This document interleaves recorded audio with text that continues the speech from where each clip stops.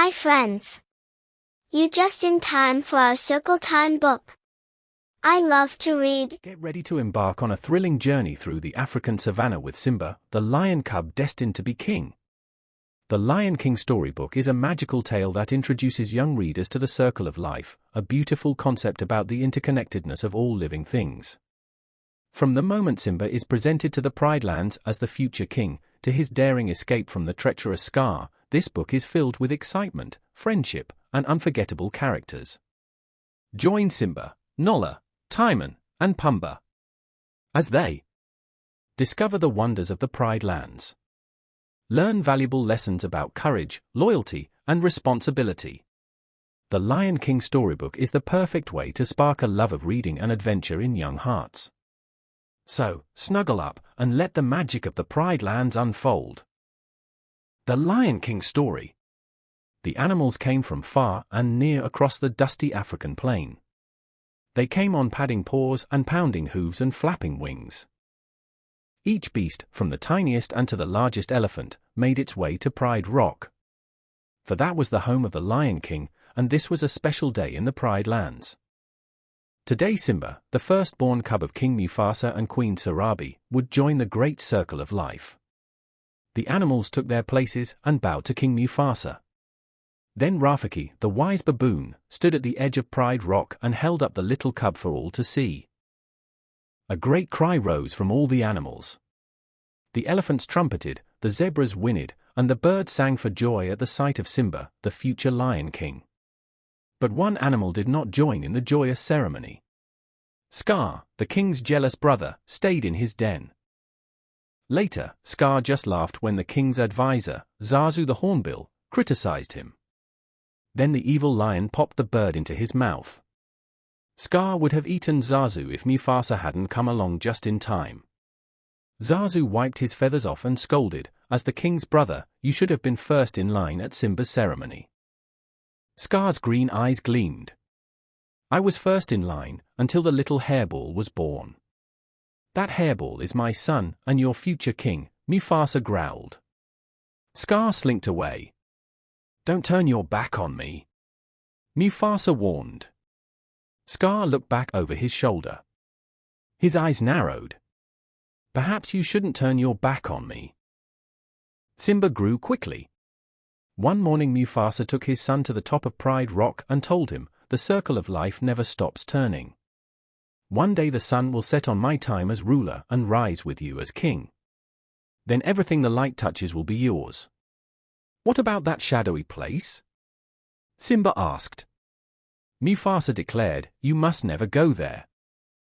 Suddenly Zazu swooped down and squawked, "Hyenas in the Pride Lands." Mufasa frowned. "Zazu, take Simba home." "Or, Dad, can't I come?" Simba whined. Mufasa shook his mighty mane. Fighting savage hyenas was no job for a cub. Later, Simba asked his Uncle Seer about the shadowy place. An evil plan formed in Scar's mind. "Only the bravest lions go to the elephant graveyard," Scar told him. He knew the foolish cub would go there just to prove his bravery. Scar was right. Simba couldn't wait to go to the elephant graveyard with his best friend, Nala. But how could they go with Zazu watching every move they made? "We've got to ditch the dodo," Simba whispered. Nala giggled and agreed. Soon, the two friends found a way to escape their feathered babysitter. Before long the young lions had reached the dark, mysterious place beyond the borders of the Pride Lands. Giant bones poked out of the ground. "It's kind of scary," Nala whispered. "Let's check it out," Simba said. "I laugh in the face of danger." "Ha ha ha!" "Hee hee hee," cackled three mean hyenas, Shenzi, Banzai, and Ed. "Look, boys! A king fit for a meal," Shenzi snickered. The cubs ran but soon found themselves cornered.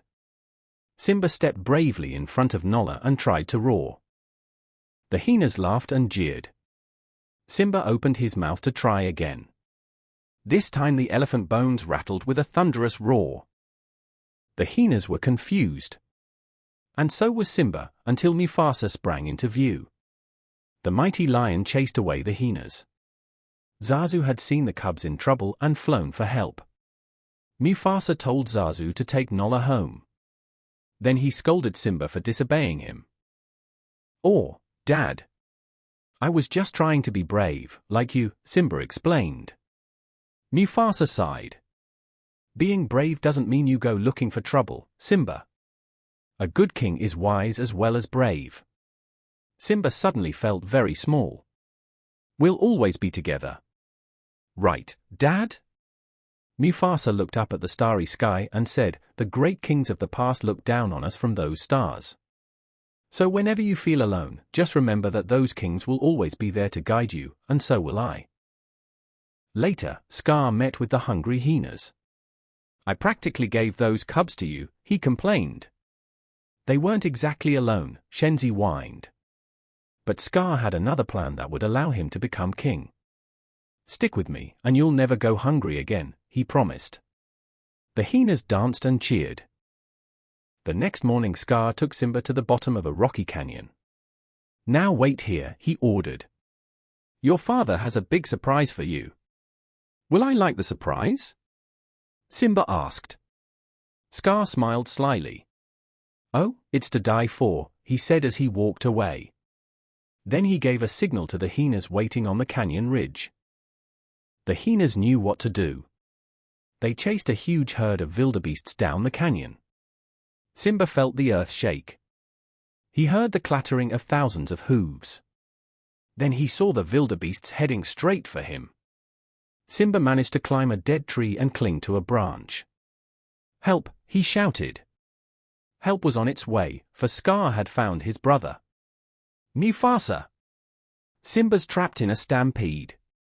Scar cried. Just as Scar had planned, Mufasa rushed to Simba's rescue. He lifted his son to safety, but then fell under the rushing tide of hooves. "Dad!"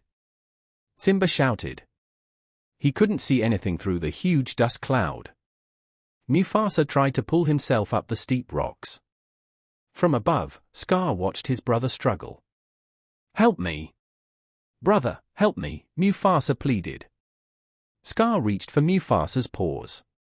He pulled his brother close and whispered, "Long live the king!" Then Scar let go and watched Mufasa tumble down the steep slope. When the stampede was over, Simba found his father lying lifeless in the dust.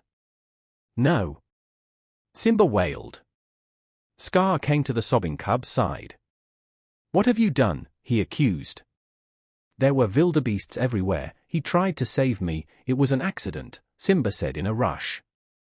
"I didn't mean to." "Of course not. But if it weren't for you, he'd still be alive."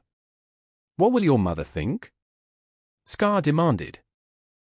Simba looked stricken. "What should I do?" "Run away," Scar advised. "Run away, and never come back." Scar watched Simba run. Then he sent the hyenas after him.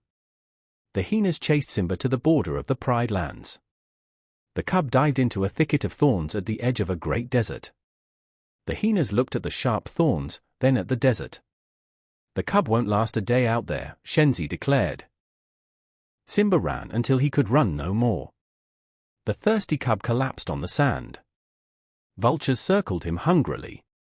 But Timon the meerkat and his fat friend, Pumbaa the warthog, chased away the vultures. Simba woke up in their jungle home. "Where are you from?" Timon asked. Simba sighed. "It doesn't matter. I can't go back." "What did you do, kid?" Pumbaa wondered. "Something terrible," Simba replied. Timon shrugged. "Who cares? You've got to put the past behind you. Hakuna Matata." "What?" Simba asked. Hakuna Matata, Timon repeated. "It means no worries. That's the motto we live by. And here's what we live on." Timon showed Simba a wiggly insect. Simba watched Pumbaa eat a grub. "Slimy, but satisfying," the warthog said with a burp. Simba frowned, but he ate the big grub. Then the cub smiled and said, "Hakuna Matata." In the months that followed, Simba ate many, many grubs and grew into a full-sized lion. Most of the time, he was happy with his friends Timon and Pumbaa. Yet he missed his mother and often thought of his father. One night, as they gazed up at the stars, Simba remembered what his father had told him. He wondered if the great kings of the past really were looking down from those stars. Simba felt very alone. The next day Simba heard Timon scream. The young lion raced to the rescue. A hungry lioness was about to pounce on Pumbaa, who was stuck under a log. Timon bravely was trying to protect him. Simba gave a mighty roar and leaped at the lioness. But just as they began to fight, Simba recognized his old friend. Nala, he gasped in disbelief. The lioness looked deep into the eyes of the handsome young lion and whispered, "Simba, Scar told us you were dead." Nala told Simba how terrible things were now that King Scar and his hyenas ruled the Pride Lands. There was no food or water, and many of the animals had fled. "But you can come back and become king. Then everything will be right again," Nala said. "I'm no king," Simba said angrily. But that night Rafiki the baboon came to Simba and promised to bring him to his father. When Simba looked up at the stars, he heard a familiar voice. "Simba," his father asked, "have you forgotten me?" Simba gasped. "No. How could I?" "You have forgotten who you are, and so have forgotten me," the ghostly voice continued. "Look inside yourself, Simba. You are more than what you have become. You must take your place in the circle of life." Simba knew his father was right. His friends returned with him to the Pride Lands. Back at Pride Rock, King Scar was angry with Sarabi for not finding food. Suddenly Scar heard a great roar. He couldn't believe his eyes. "Mufasa? It can't be. You're dead." But Sarabi recognized her son. "Simba," she said softly, "I've come to take my place as king." Simba roared. But Scar would not back down so easily. Simba leaped at Scar, but the villain slipped away. Instead, the hyenas rushed at Simba. Pride Rock echoed with their hideous laughter as the hyenas forced Simba to the edge of a cliff. Scar walked up to the exhausted young lion. "Your daddy isn't here to save you this time," Scar taunted. Then he pushed Simba off the cliff. Simba's claws scrambled for a hold on the steep slope. "This looks familiar," Scar sneered. "Oh, yes, I remember. It's just the way your father looked before I killed him." At last Simba knew the truth. With a mighty roar, he leaped at Scar. Meanwhile Timon, Pumbaa, and the lionesses had chased the hyenas off Pride Rock. When Simba sent Scar flying over the cliff, the villain landed in the mob of hungry hyenas. He, they cackled cruelly. Finally they had a meal fit for a king, or a king fit for a meal. Simba thanked his friends. Then he walked to the top of Pride Rock. His roar echoed through the Pride Lands. The rightful king had taken his throne. The plains were soon lush and green again. The animals returned, and the hunting was good once more. Simba knew that a king must have a queen. So, of course, he chose the beautiful Nala. Before long, the animals again came from far and near across the dusty African plain. This time, they came to greet the firstborn cub of King Simba and Queen Nala.